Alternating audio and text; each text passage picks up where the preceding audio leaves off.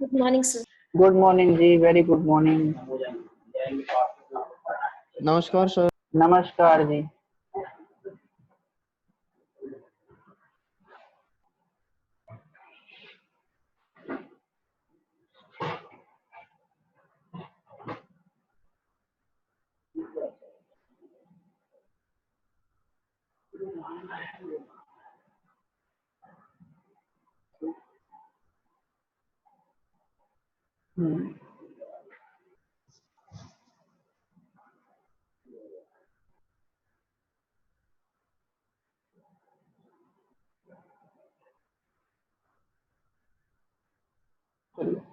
तो हम लोग आज का टॉपिक शुरू करेंगे। इसमें सबसे पहले हमें एक क्वेश्चन करना था। लास्ट क्लास में हम लोगों ने पॉपुलेशन जेनेटिक्स समझ लिया था और हमने जीन फ्रीक्वेंसी समझा था और हमने दो फॉर्मूले लिखे थे कि हम जीन फ्रीक्वेंसी को कैसे निकाल सकते हैं। आज हम जीन फ्रीक्वेंसी निकालना सिखाते हैं आपको कि किस तरह से जीन फ्रीक्वेंसी निकाली जाती है। तो एक क्वेश्चन से वो क्लियर हो जाएगा हमारे सामने। तो क्वेश्चन लिखिए आप। in a population of 200 individuals, in a population of 200 individuals of AB blood group,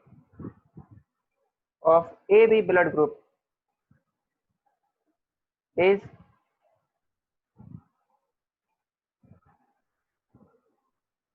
AB blood group is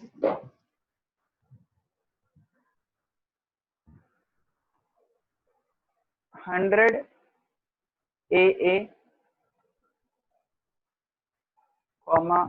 40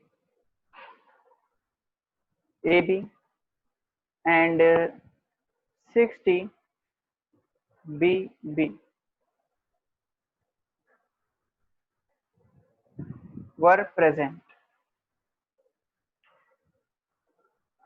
Calculate the gene frequency of A and B. A और B की जीन फ्रीक्वेंसी को calculate करना है। ठीक है, तो कैसे कर सकते हैं कैलकुलेट? सॉल्यूशन देखिए इसका।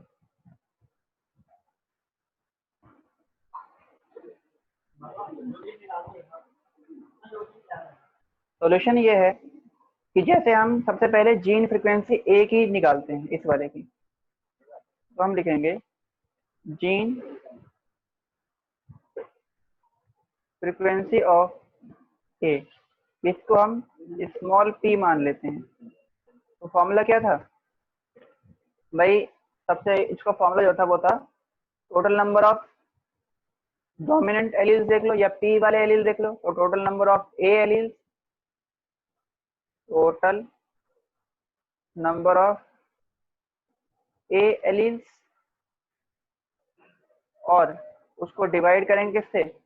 डिवाइड करेंगे टोटल नंबर ऑफ एलील्स से। तो यहाँ पर ना ए तो जीन है, इसके लिए एलील क्या होंगे? दो रहेंगे। तो अगर जो 100 दे रखा है तो 100 इसके लिए भी होगा और 100 इसके लिए भी है। तो हम यहाँ पर क्या करेंगे? 100 इंटू 2 कर देंगे, क्योंकि यहाँ पर दो ए हैं, जीन के लिए निकालना है ना। तो ए और ए यानी कि एक जीन में दो एलील होते हैं, इसलिए 2 से मल्टीप्लाई कर देंगे। तो 100 इंटू 2 हो गया। फिर ए कहाँ पर है? यहाँ पर भी है, तो प्लस क्या कर देंगे?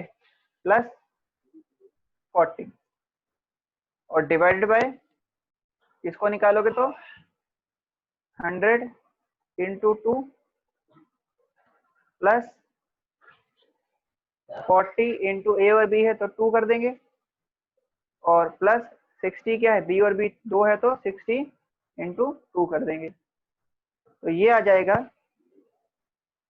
200 प्लस 40 240 डिवाइड बाय 200 और 280 और 120 कितना हो गया 400। तो अगर इसे सॉल्व करेंगे तो ये आ जाएगा आपका 0.6। तो जो जीन फ्रिक्वेंसी है ए के लिए वो हो गई 0.6। अब बी के लिए निकालो, इसी तरह बी के लिए भी निकाल सकते हैं हम। तो gene frequency of B, B को आप स्मॉल क्यू मान लो, तो इसके लिए क्या निकालोगे आप, सेम बी का रखोगे, यहाँ पर कितना हो जाएगा 40 प्लस 60 इंटू 2 डिवाइड बाय वही टोटल करोगे तो 400 आएगा। तो ये हो जाएगा 40 120 160, तो 160 बाय 400, तो ये हो जाएगा 0.4, तो ये आ जाएगी 0.4। अब ये जीन फ्रिक्वेंसी सही है या नहीं, तो इसके लिए क्या करो आप, आपको पता है कि अगर हम ए और बी को प्लस करेंगे तो कितना आएगा 1 आएगा। तो ये कितना आ गया 0.4 प्लस 0.6 या 0.6 प्लस 0.6 प्लस 0.4 करेंगे तो वो 1 के बराबर होगा। तो यानी कि टोटल फ्रिक्वेंसी का जो सम करोगे आप वो 1 होना चाहिए, यानी कि वो कांस्टेंट होती है। तो ये बात क्लियर हो गई। तो इस तरह से हम जीन फ्रिक्वेंसी को कैलकुलेट कर सकते हैं।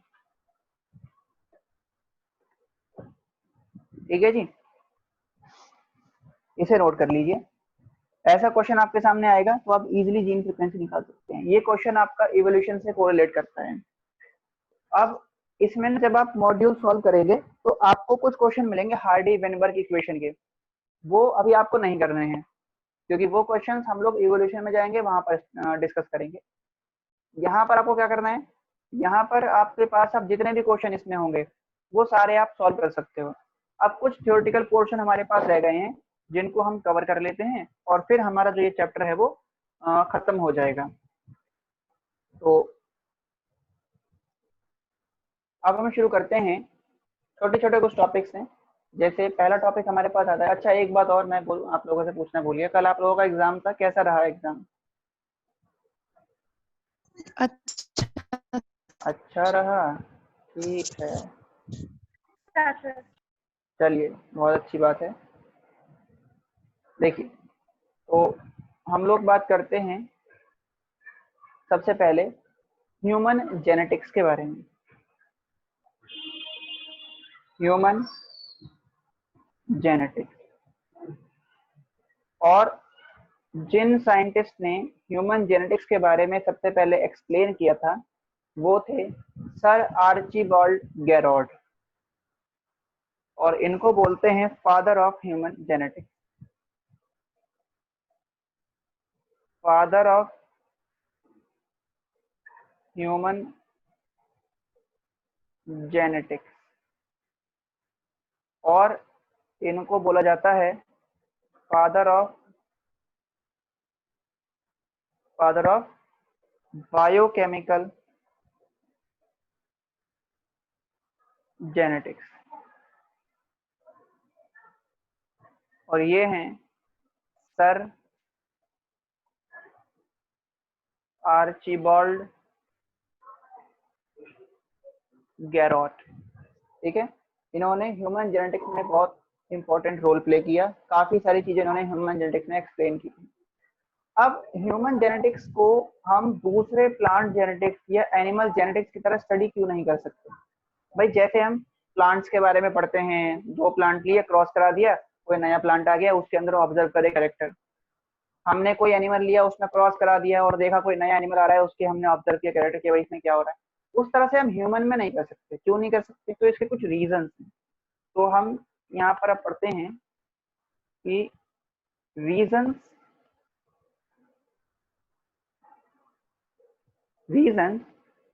For human genetics not study as plant and animal genetics। तो ह्यूमन जेनेटिक्स को हम प्लांट और एनिमल जेनेटिक्स की तरह स्टडी क्यों नहीं कर सकते? तो इसमें सबसे पहला रीजन ये है कि भाई ह्यूमन के अंदर हम कंट्रोल्ड या सेलेक्टिंग ब्रीडिंग नहीं करा सकते। मतलब ऐसा नहीं है ना कि आप एक ह्यूमन को किसी दूसरे ह्यूमन के साथ क्रॉस करा दो, इसका फर्टिलाइजेशन उसके साथ करा दो, उसकी क्रॉसिंग किसी की मैटिंग किसी के साथ करा दो, ऐसा नहीं कर सकते। तो यहाँ पर सबसे पहला रीजन है controlled breeding in human is not possible. Human के अंदर कंट्रोल्ड ब्रीडिंग पॉसिबल नहीं है।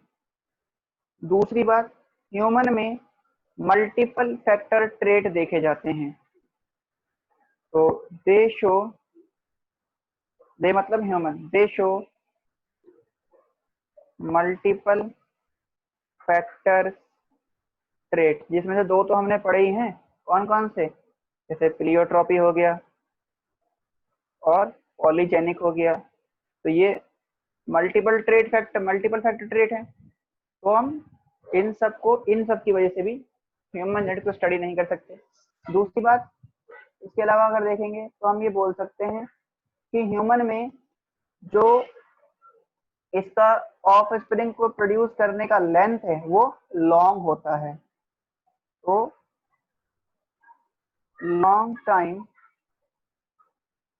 ऑफ प्रोड्यूसिंग ऑफ स्प्रिंग या प्रोजेनी। प्रोजेनी लंबे समय के बाद आती है ना। कितना टाइम पीरियड होता है? 9 मंथ का होता है। भाई मान लीजिए आपने क्रॉस करवाया, अब 9 मंथ तक आप वेट करोगे कि भाई रिजल्ट आए। फिर ये एक बार में जो ऑफ स्प्रिंग प्रोड्यूस करेगा वो भी एक ही प्रोड्यूस करेगा। तो लेस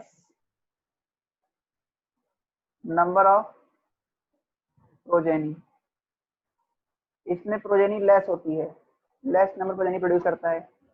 इसके अलावा ह्यूमन में क्या होता है, जो हाइब्रिडाइजेशन या वेरिएशन के चांसेस हैं वो ज्यादा होते हैं। तो हाई फ्रीक्वेंसी ऑफ हाइब्रिडाइजेशन, ठीक है, या फिर हम बोल सकते हैं वेरिएशन। और इसके अलावा एक पॉइंट और हम यहाँ लिख देते हैं, 6 पॉइंट। वो ये है कि ह्यूमन का जो फिनोटाइप है वो डाइट के साथ और एनवायरनमेंट के साथ चेंज होता रहता है। Phenotype changes according to diet and environment. तो ये सारे वो रीजन हैं जिनकी वजह से हम दूसरे प्लांट की तरह या दूसरे कुछ एनिमल्स की तरह ह्यूमन के अंदर जेनेटिक्स को स्टडी नहीं कर सकते। तो फिर स्टडी कैसे करें जेनेटिक्स को? तो उसके लिए कुछ टूल्स हैं जिनकी मदद से हम ह्यूमन जेनेटिक्स को स्टडी कर सकते हैं। ये पॉइंट आपने लिख लिए हैं। अब हम वो टूल्स समझते हैं जिनकी हेल्प से हम ह्यूमन जेनेटिक्स को स्टडी कर सकते हैं।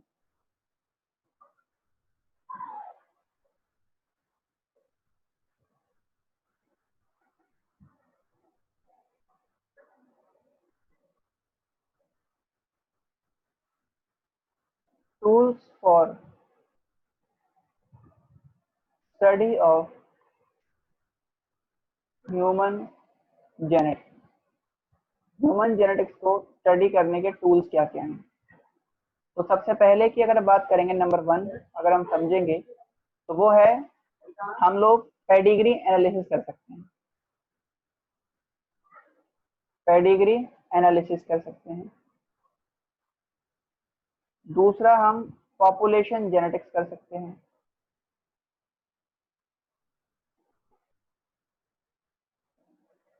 तीसरा, हम क्या कर सकते हैं? ट्विंस की स्टडी कर सकते हैं। या चौथा, हम सेल कल्चर से कर सकते हैं। इसके अलावा हम कैरियोटाइपिंग कर सकते हैं, ये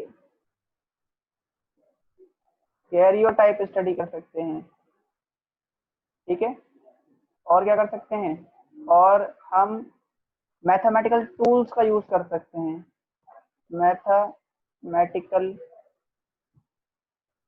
टूल्स लाइक ई कंप्यूटर हम यूज कर सकते हैं डेटाबेस इंफॉर्मेशन को स्टडी करने के लिए। तो ये सारी चीजें हम कर सकते हैं ह्यूमन जेनेटिक्स को स्टडी करने के लिए। तो ये छोटा सा टॉपिक था हमारा ह्यूमन जेनेटिक्स, जिसको हमने कवर कर लिया। अब ह्यूमन जेनेटिक्स के बाद हम लोग आगे बात करेंगे, तो नेक्स्ट हमारे पास में आएगी एक बहुत इंपॉर्टेंट टॉपिक है, जो आपको जगह जगह जिसका नाम आपको एनसीईआरटी में एक जगह उसका नाम आपको जरूर सुनने को मिला होगा, और वो है पॉलीप्लॉइडी। और इस पे से क्वेश्चन बन जाता है। ये टॉपिक तो आपके एनसीईआरटी में अच्छे से एक्सप्लेन नहीं कर रखा, बट इसमें से क्वेश्चन बनते हैं पॉलीप्लॉइडी से। तो हम लोग अब बात करते हैं पॉलीप्लॉइडी के बारे में। तो इसको रब करते हैं और फिर समझते हैं पॉलीप्लॉइडी।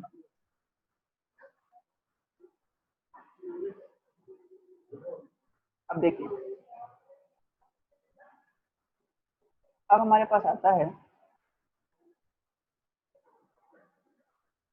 पॉलीप्लॉइडी। तो पॉलीप्लॉइडी का मतलब है सेट ऑफ जीनोम को इंक्रीज कर देना, डिप्लॉइड से ज्यादा कर देना। मतलब जैसे नॉर्मल कंडीशन में 2n कंडीशन देखी जा रही है, हम क्या करेंगे 2n से बढ़ा के इस कंडीशन को 3n कर सकते हैं, 4n कर सकते हैं, 5n कर सकते हैं, 6n कर सकते हैं, 7 कर सकते हैं, सो ऑन, हम ऐसे बढ़ा सकते हैं। तो सेट ऑफ क्रोमोसोम को डबल करना या सेट ऑफ क्रोमोसोम को इंक्रीज कर देना, ये कहलाता है पॉलीप्लॉइडी। अब देखो, इस पॉलीप्लॉइडी में हमने क्या करा, सेट ऑफ क्रोमोसोम को बढ़ा दिया, इंक्रीज कर दिया। तो जो सेट ऑफ क्रोमोसोम बढ़ गए, इसमें जो ओड नंबर के आते हैं, जैसे 3n हो गया, 5n हो गया, 7n हो गया, तो ऐसे ऑर्गेनिज्म जिनमें ओड नंबर में इंक्रीज करा गया है, वो ऑर्गेनिज्म होते हैं स्टेराइल। मतलब ये रिप्रोडक्शन नहीं कर सकते। क्यों नहीं कर सकते, इस रीजन को हम आगे समझते हैं। पहले आप हेडिंग दें पॉलीप्लॉइडी और इसकी डेफिनेशन लिखें कि पॉलीप्लॉइडी क्या होती है। तो पॉलीप्लॉइडी के बारे में लिखिए, it is the phenomenon of increasing the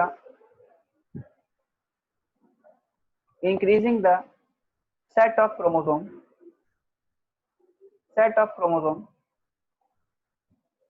और ब्रैकेट में लिख लीजिए genome more than 2n, genome more than 2n, bracket close, is called polyploidy,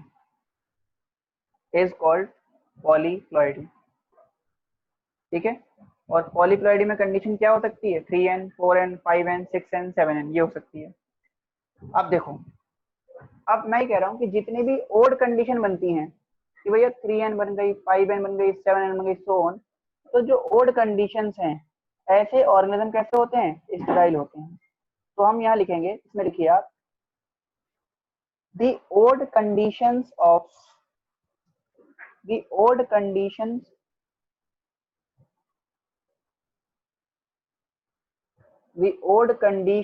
organism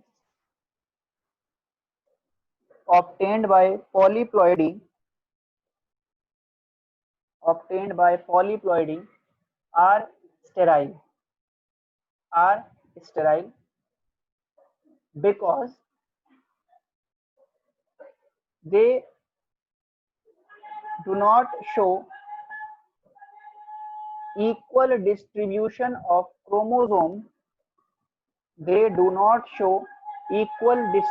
of chromosome in their daughter cell.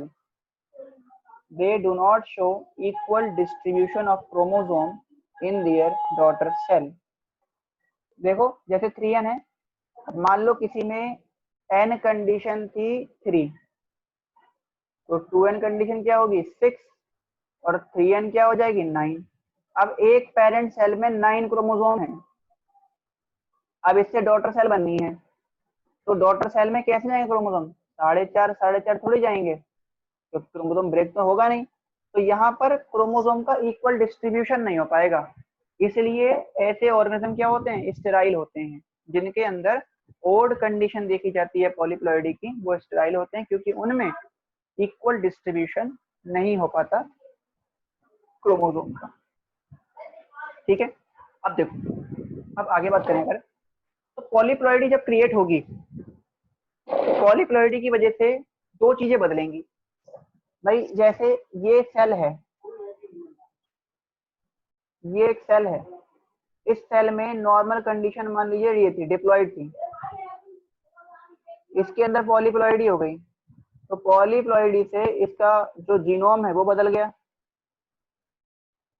ये हो गई 4 हो गए, तो कैसा हो गया, ये हो गया 4n, 2n से 4n हो गया। तो एक तो जब क्रोमोसोम्स बदले यानी कि बायोमोलिक्यूल्स बदले, तो ये चेंज क्या आया, ये आया बायोकेमिकल इफेक्ट, बायोकेमिकल इफेक्ट आ गया। और क्योंकि क्रोमोसोम बदले हैं तो वही इफेक्ट आपको बाहर भी दिखाई देगा, उसकी मॉर्फोलॉजी में भी दिखाई देगा, तो उसको बोलेंगे मॉर्फोलॉजिकल इफेक्ट। तो पॉलीप्लॉइडी से बायोकेमिकल इफेक्ट भी आता है और मॉर्फोलॉजिकल इफेक्ट भी आता है, इन दोनों को मिला के बोला जाता है जिगास इफेक्ट। ये याद रखिएगा, बहुत इंपॉर्टेंट है जिगास इफेक्ट। तो लिखिए, पॉलीप्लॉइडी शो, या ऐसे लिखो, polyploidy causes gigas effect, GIGAS, polyploidy causes Gigas effect, which means there is biochemical and morphological changes takes place, which means there is biochemical and morphological changes takes place, क्योंकि इसमें biochemical और morphological दोनों ही changes आ रहे हैं, और इन दोनों effect को मिला के बोला जाता है जिगास इफेक्ट। अब देखिए, ये जो पॉलीप्लॉइडी क्रिएट होती है, तो पॉलीप्लॉइडी जब होगी तो पॉलीप्लॉइडी के कुछ रीजन भी होते हैं कि भाई पॉलीप्लॉइडी क्यों हो रही है। और जो पॉलीप्लॉइड इंडिविजुअल हम बनाते हैं, एक पॉइंट हम और समझ लेते हैं कि जैसे हमने पॉलीप्लॉइड इंडिविजुअल बनाए, मान लीजिए कोई इंडिविजुअल हमने बनाया, ए इंडिविजुअल है, इसमें पॉलीप्लॉइडी हो गई, इसमें नॉर्मल पहले 2n थे, इसके क्रोमोसोम बढ़ा दिए गए और बढ़ा के उसको कर दिया 3n या 4n कर दिया, तो 3n कर दिया इस सेल में। अब इस 3n इंडिविजुअल को हम डिप्लॉइड इंडिविजुअल के साथ क्रॉस नहीं करा सकते, ठीक है, ये सिर्फ क्रॉस नहीं कर पाएगा। तो लिखिए इसमें, a polyploid individual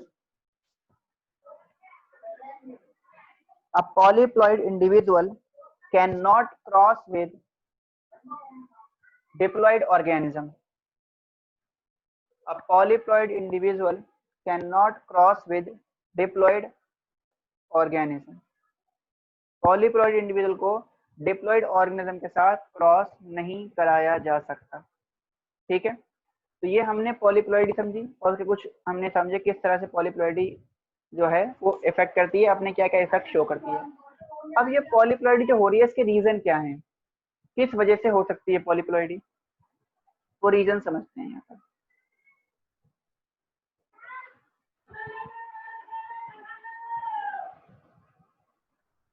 reason of polyploidy, तो पॉलीप्लॉइडी का जो रीजन है, इसमें सबसे पहला रीजन है, ये हो सकती है due to low temperature, temperature बहुत लो हो जाए, लो और हाई टेम्परेचर, टेम्परेचर बहुत लो हो जाए, बहुत ज्यादा हो जाए, तो हो सकती है पॉलीप्लॉइडी। किसी केमिकल की वजह से, किसी वायरस की वजह से कोई इन्फेक्शन हो गया, तो उस इन्फेक्शन की वजह से हो सकती है पॉलीप्लॉइडी, ड्यू टू इन्फेक्शन। हम किसी ऑर्गेनिज्म में कोई स्टडी कर रहे हैं, ठीक है, कोई जेनेटिक स्टडी कर रहे हैं, तो उसमें कुछ गड़बड़ी आ गई, इरेडिकेशन हो गया, तो उस वजह से हो सकती है पॉलीप्लॉइडी, तो ड्यू टू इरेडिकेशन की वजह से हो सकती है।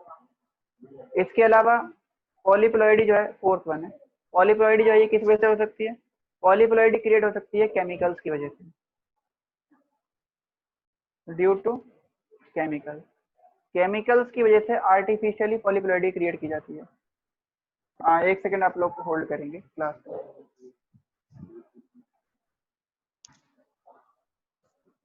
बैटरी खत्म हो गई इसमें।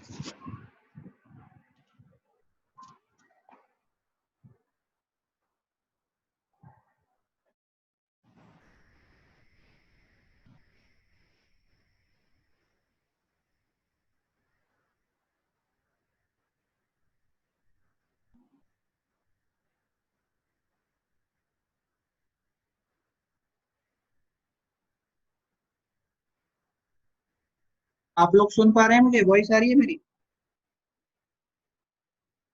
Yes sir. ओके, तो हाँ, पॉलीप्लॉइडी जो है ये कुछ केमिकल की वजह से हो सकती है, और केमिकल की वजह से जो पॉलीप्लॉइडी होती है उसको हम आर्टिफिशियली पॉलीप्लॉइडी बोलेंगे। और इसमें 3 केमिकल है मेन केमिकल्स, लाइक एक है कॉलचिसिन, दूसरा है ग्रेनोसिन, और तीसरा है सल्फानिलाइड, सल्फालिनाइड। ठीक है, ये कुछ केमिकल्स हैं जिनकी वजह से पॉलीप्लॉइडी हो सकती है। इसमें हमें कॉलचिसिन के बारे में थोड़ा सा समझना है। देखिए, एक नोट करके आप यहाँ लिख देंगे कॉलचिसिन क्या है। वो कॉलचिसिन इज एन एल्कलॉइड, ये एक एल्कलॉइड है।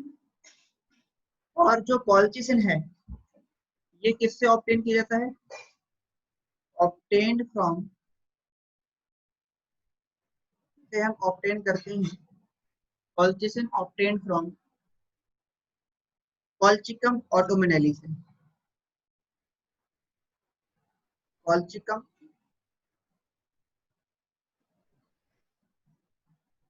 ऑटोमिनेली से इसको ऑब्टेन किया था, जो कि एक फंगस है। तो यहाँ से हम कॉलचिसिन को ऑब्टेन करते हैं। और ये कॉलचिसिन करता क्या है? It stop the formation of spindle fibre. ये ना स्पिंडल फाइबर की फॉर्मेशन को रोक देता है during cell division. Cell division के टाइम जो स्पिंडल बनते हैं उनको ये नहीं बनने देता। और जब स्पिंडल नहीं बनेंगे तो क्रोमोसोम जो है वो सेपरेट नहीं हो पाएंगे। देखो इस तरह से है, जैसे सेल डिवीजन को अगर आप देखेंगे तो सेल डिवीजन में ये होते हैं सेंट्रियोल, और इन सेंट्रियोल से स्पिंडल डेवलप करते हैं। तो ये स्पिंडल जाके क्रोमोसोम के साथ अटैच होते हैं। तो यहाँ पर ये स्पिंडल को ग्रो नहीं करने देगा। जब स्पिंडल ग्रो नहीं कर पाएंगे तो क्रोमोसोम जो है वो इससे अटैच नहीं होंगे, तो क्रोमोसोम का सेपरेशन नहीं हो पाएगा, उनका डीबी वो अलग अलग नहीं हो पाएंगे। अलग अलग नहीं होंगे तो क्रोमोसोम का सारे क्रोमोसोम डिप्लॉइड सेट में आए थे वो एक ही सेल के अंदर डबल हो जाएंगे। तो इस वजह से पॉलीप्लॉइडी क्रिएट होती है। तो जो मेन रीजन है इसका वो है, आप एक नोट लिखिए इसके बाद, कॉलचिसिन के बाद, polyploidy is due to polyploidy is due to non-disjunction. Polyploidy is due to non-disjunction. Non-disjunction का मतलब है सेपरेशन ना हो पाना। Non-disjunction of chromosome, और ब्रैकेट में लिख लो chromosome, chromosome does not get separated। Bracket में लिख लीजिए chromosome does not get separated, bracket close, during cell division. और सेल डिवीजन का कौन सा फेज होता है? तो ब्रैकेट में लिखिए anaphase.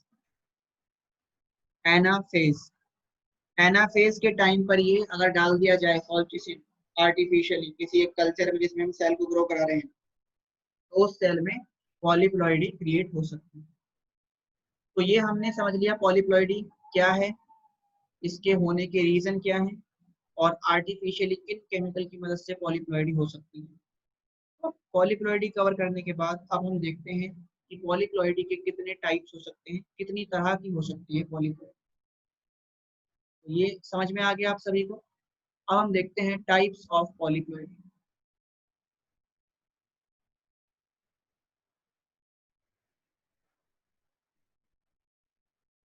Types of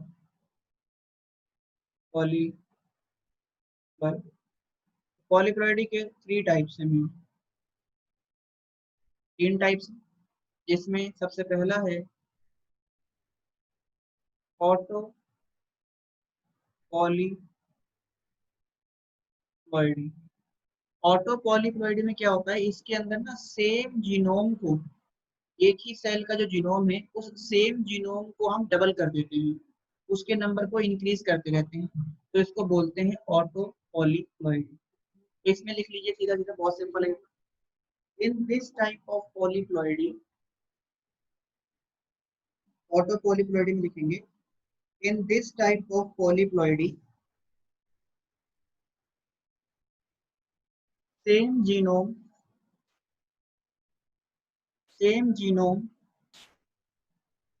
is increases और डबलिंग।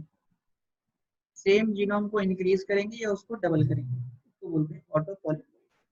ऑटो पॉलीप्लॉइडी में अगर हमने ये कर दी कंडीशन 3n, तो इसको बोलेंगे ऑटो ट्रिप्लॉइडी। अगर जो 4n कर दी हमने कंडीशन, ऑटो टेट्राप्लॉइडी। इसी तरह से 5n करोगे तो ऑटो पेंटा, इस तरह से बढ़ते जाएगा। इसके कुछ एग्जांपल देख लो, ये बेनिफिशियल हो सकता है, और इसके एग्जांपल हैं राइस, मेज, और इसके अलावा एक हमारे पास आता है ऑटो, एक हो गया क्या, बनाना। बनाना के बारे में एक बात और याद रखिए, बनाना क्या है, बनाना ऑटो ट्रिप्लॉइड है, ए है, ऑटो ट्रिप्लॉइड है बनाना, ठीक है। और अगर हम बात करें एक रिसेंटली ऑटो ट्रिप्लॉइड बनाया गया जो प्लांट है, वो है सीडलेस वाटरमेलन। तो seedless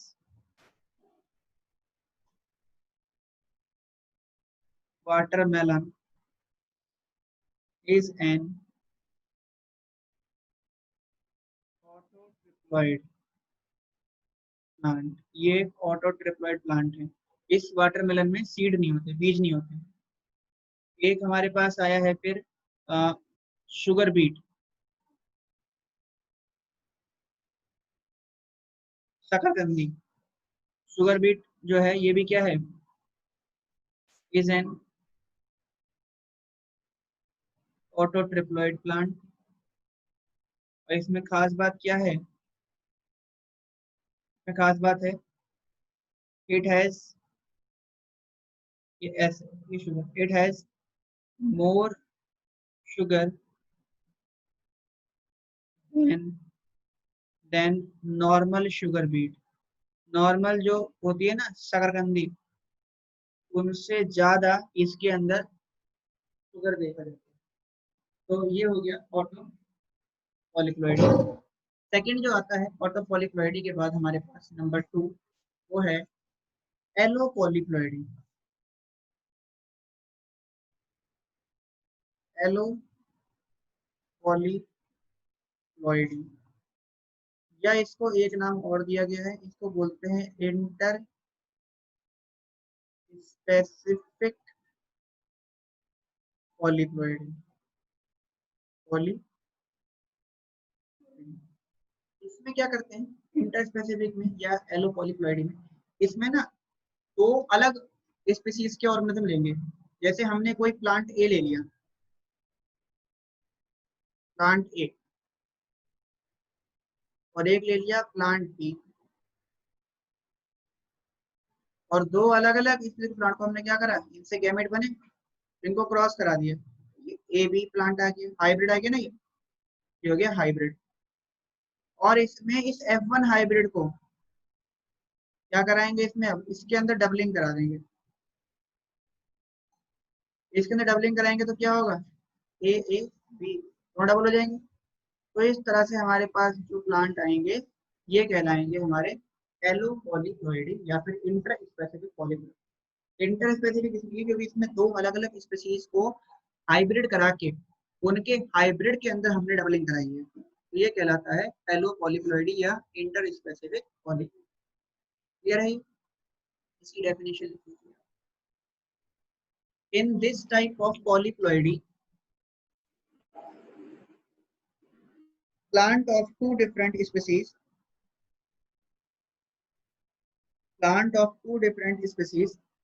crosses to produce F1 hybrid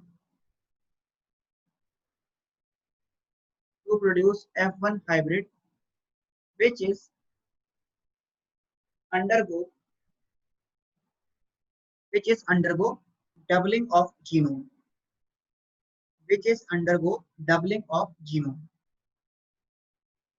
और इसके अगर एग्जांपल देखोगे आप तो इसके कुछ एग्जांपल हैं, जैसे कि एक है वीट हो गया, अमेरिकन कॉटन हो गया, इसके अलावा एक हो गया इसके अंदर टोबैको।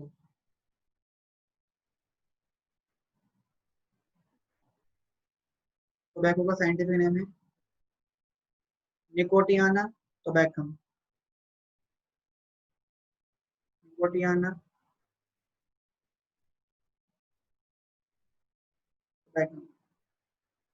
ठीक है, तो ये होगा कुछ। इसके अलावा कुछ रिसेंटली अभी अभी जो हाल ही में ऑटोप्लॉइड प्लांट बनाए हैं उनकी हम बात कर लेते हैं। तो इसको रब करते हैं, ये आप सभी ने नोट कर लिया होगा।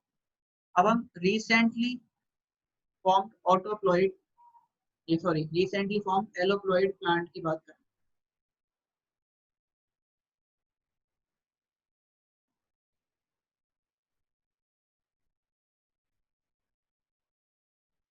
recently produced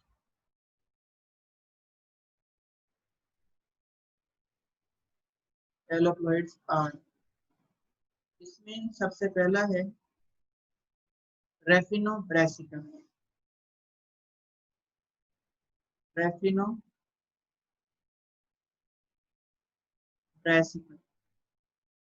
ये जो रेफिनो ब्रासिका है ये कैसा है, ये है टेट्राप्लॉइड। और ये कैसे बना, ये बना है, इसमें किसकी क्रॉसिंग कराई गई, ये बना है रेडिश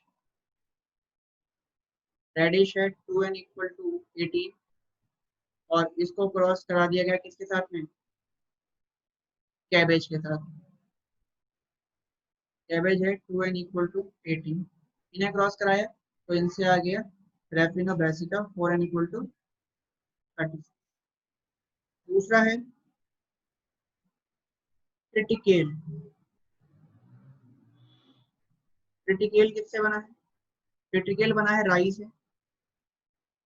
राई का साइंटिफिक नेम है स्केली सीरियल। तो स्केल का केल आ गया CALE और ये है 2n = 14। इसको क्रॉस कराया किसके साथ, गुरमम बीट के साथ, गुरमम बीट। और बीट का हमें पता है साइंटिफिक नेम ट्रिटिकम एस्टिवम होता है। और गुरमम बीट क्या है, 4n = 28 है। इन्हें क्रॉस कराया तो हमारे पास में आएगा ट्रिटिकेल। और ट्रिटिकेल क्या है, ये हो गया 6n = 40। ठीक है, ये होगा कुछ रिसेंटली प्रोड्यूस एलोप्लॉइड प्लांट्स। तो ये आप लिख लीजिए। और इसके बाद हम थर्ड वन की बात करेंगे। एलोप्लॉइड के बाद लास्ट जो आता है तीसरा वो है auto allo polyploidy. Auto allo polyploidy, इसमें हम क्या करते हैं, इसमें हमने जैसे एक प्लांट ए लिया, ठीक है, और एक लिया प्लांट बी। और इन्हें क्रॉस कराया, F1 हाइब्रिड ये आ गया A और B। अब हम क्या करेंगे, इसमें से एक जीनोम को तो एक जीनोम की डबलिंग करेंगे। मान लो ए वाले की हमें डबलिंग कर दी, या ये मान लो बी वाले की डबलिंग कर दी, इसकी कर दी डबलिंग, और इसकी डबलिंग करी ए वाले की जब, और फिर इसकी डबलिंग कर दी। एक को बनाया हमने टेट्राप्लॉइड, एक को बनाया हमने डिप्लॉइड, और दोनों को फिर से मिक्स करेंगे। ये आएगा ए ए ए ए ए। ऑटो एलो पॉलीप्लॉइड में क्या करते हैं हम, दो डिफरेंट स्पीशीज के ऑर्गेनिज्म को या प्लांट को लेंगे, वो क्रॉस कराएंगे। क्रॉस कराने के बाद जो हाइब्रिड आएगा उसमें से एक जीनोम की डबलिंग करेंगे, एक को डबल तक डिप्लॉइड स्टेज तक ही रखेंगे, और दूसरे को क्या करेंगे, दूसरे वाले को हम डिप्लॉइड से ज्यादा कंडीशन के अंदर कन्वर्ट करते हैं। तो ये हो गया ऑटो एलो पॉलीप्लॉइडी। इसका एक ही एग्जांपल आपको याद रखना है, और वो है एलियंथस ट्यूबरोसम। एलियंथस ट्यूबरोसम, ठीक है। तो ये है एन एन और एन, यानी कि 3n कंडीशन के अंदर देखी जाती है। 3n नहीं, हाँ ठीक। इसके अंदर ये हो गया आपका एग्जांपल हेलियंथस ट्यूबरोस। तो 6n कंडीशन देखिए, हेक्साप्लॉइड है ये भी। तो इसके बारे में लिखिए, ऑटो हेलो पॉलीप्लॉइडी के बारे में लिखिए आप।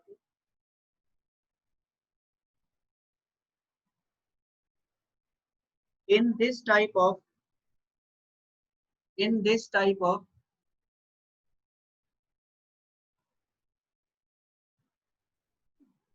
polyploidy in this type of polyploidy, the plant of two different genome were crossed. The plant of two different genome were crossed, in which one genome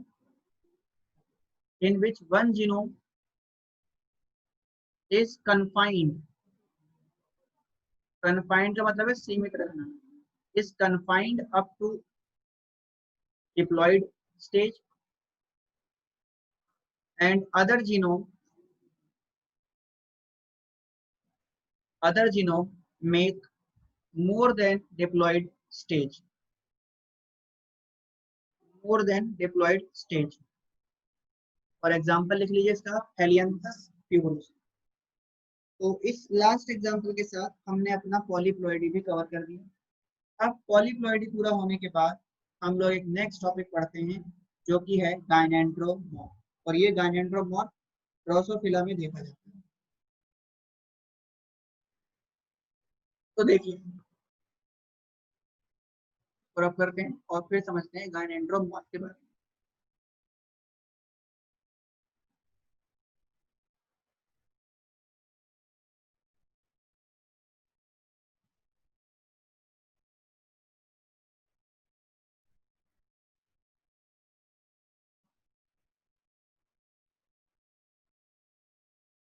देखिए गायनेंड्रोमॉर्फ का मतलब क्या होता है। सबसे पहले किसमें देखा जाता है, it is observe in Drosophila.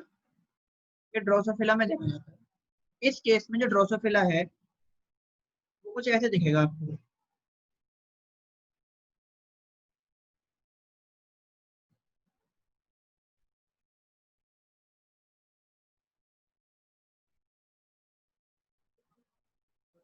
गायब हो गया।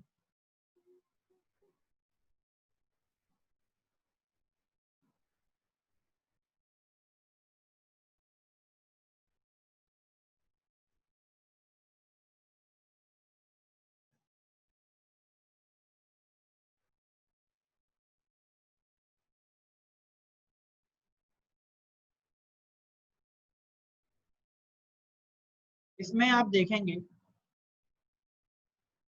ये हो गया इसका wing.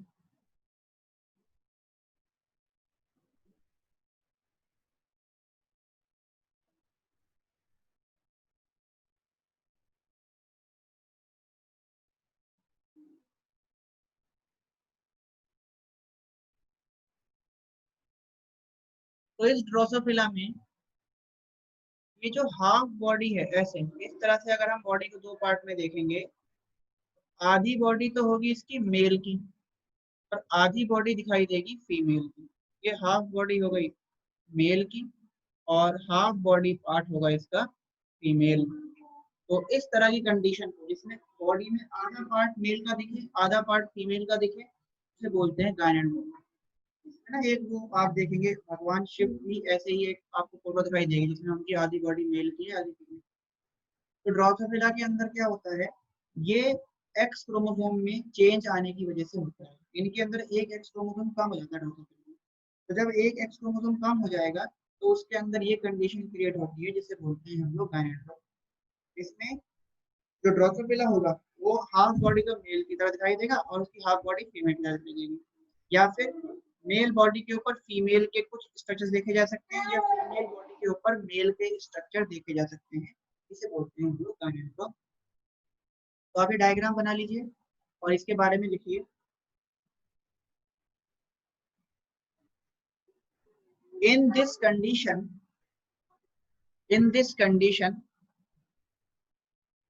half body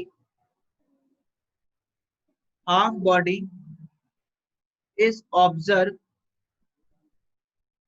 or seen like male and half body is seen like female. Next point लिखिए, it is due to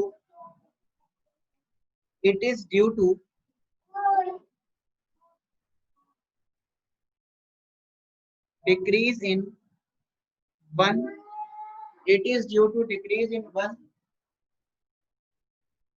X sex chromosome.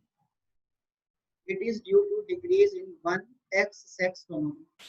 एक X क्रोमोसोम कम होने की वजह से ये कंडीशन देखने को मिलती है।